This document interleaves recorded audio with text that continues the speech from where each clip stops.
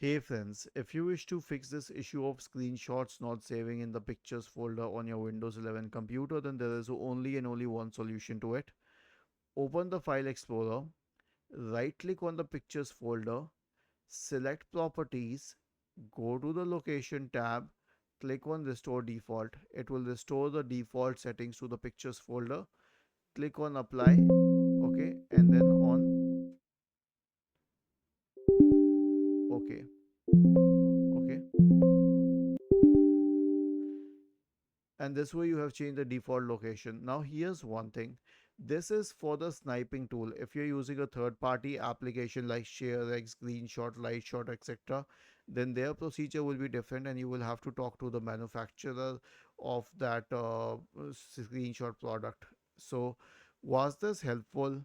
If yes, then please subscribe to the channel. If not, then let us know in the comment section of the video on how we could help you further. Thank you for watching this video and have a nice day.